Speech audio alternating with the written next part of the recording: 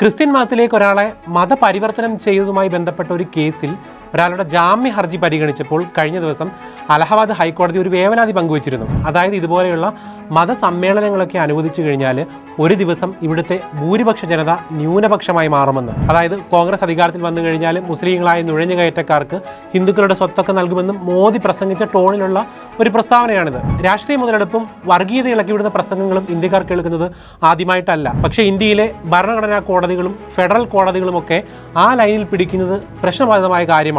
ദളിത്, ആദിവാസി, മറ്റ് ദരിദ്ര വിഭാഗത്തിൽ നിന്നൊക്കെ നിയമവിരുദ്ധമായി വ്യാപകമായ മതപരിവർത്തനം നടക്കുന്നത് ശ്രദ്ധയിൽപ്പെട്ടിട്ടുണ്ട് എന്നൊക്കെയാണ് കോടതിയുടെ നിരീക്ഷണം. ഹിന്ദുത്വവാദികളായ സംഘപരിവാർ കാലാകാലങ്ങളായി ഇവിടെ കലാപം സൃഷ്ടിക്കാനും വിഭാഗീയതയും സംശയവും ഉണ്ടാക്കാനും നടത്തുന്ന പ്രൊപ്പഗാണ്ട ടൂളുകളിലൊന്നാണ് ഈ പറഞ്ഞ മതപരിവർത്തനം എന്ന സിദ്ധാന്തം. ഇതിൻ്റെ അടിസ്ഥാനത്തിലാണ് ലവ് ജിഹാദ് എന്ന കെട്ടുകഥ രൂപം കൊണ്ടതും കേരള സ്റ്റോറി പോലെയുള്ള പ്രൊജക്റ്റുകൾ സൃഷ്ടിക്കപ്പെട്ടതും. രാജ്യത്തെ ന്യൂനപക്ഷങ്ങൾ ഭൂരിപക്ഷത്തിനെ മതം മാറ്റുന്നു, ന്യൂനപക്ഷത്തിൽപ്പെട്ട സ്ത്രീകൾ കൂടുതൽ പ്രസവിക്കുന്നു, ജനസംഖ്യാ വിസ്ഫോടനം നടത്തി ഭൂരിപക്ഷത്തെ ഭയപ്പെടുത്തുന്നു, ന്യൂനപക്ഷം UPSC ജിഹാദ് നടത്തി അധികാരത്തിലെത്തുന്നു എന്നിങ്ങനെ ന്യൂനപക്ഷത്തെ സംശയത്തിലും അപരവത്കരണത്തിലും എന്നും നിലനിർത്താനുള്ള പ്രൊജക്റ്റാണ് ഹിന്ദുത്വ വർഗീയത പിന്തുടർന്നത്. മുസ്ലിങ്ങളും ക്രിസ്ത്യാനികളും ദളിതരുമൊക്കെ ഇതിനിരയായിട്ടുണ്ട്. അലഹബാദ് ഹൈക്കോടതിയെ പോലെയുള്ള ഒരു ഭരണഘടനാ സ്ഥാപനം എന്നെങ്കിലും ഇന്ത്യയിലെ ഭൂരിപക്ഷം ന്യൂനപക്ഷമായേക്കുമെന്ന വേവലാതി ഉയർത്തുന്നത് സംഘപരിവാർ പ്രൊപ്പഗാണ്ടകൾക്ക് നിയമസാധ്യതയും ലെജിറ്റിമസിയും കൊടുക്കുന്നതിന് തുല്യമാണ്. ഇന്ത്യയുടെ ഔദ്യോഗിക സ്റ്റാറ്റിസ്റ്റിക്സുകളും സെൻസസ് രേഖകളും നമുക്ക് മുൻപിലുണ്ട്.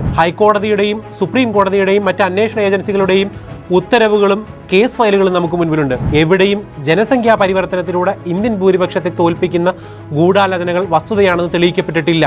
110 കോടിയിലധികം വരുന്ന ഹിന്ദു ജനസംഖ്യയെ ഇവിടുത്തെ ക്രിസ്തീയ മുസ്ലിം ന്യൂനപക്ഷങ്ങൾ എന്തുതരം മാർഗത്തിലൂടെ ന്യൂനപക്ഷമാക്കുമെന്ന് അറിയില്ല. ഏത് തിയറിക്ക് അങ്ങനെ ഒരു കൺക്ലൂഷനിൽ എത്താൻ സാധിക്കുമെന്നും അറിയില്ല. അപ്പോൾ ഇന്ത്യയിൽ ന്യൂനപക്ഷമാകുന്നതിൽ എന്തോ കുഴപ്പമുണ്ട് എന്ന് നിങ്ങൾക്കറിയാം. ഭയപ്പെടേണ്ടതില്ല.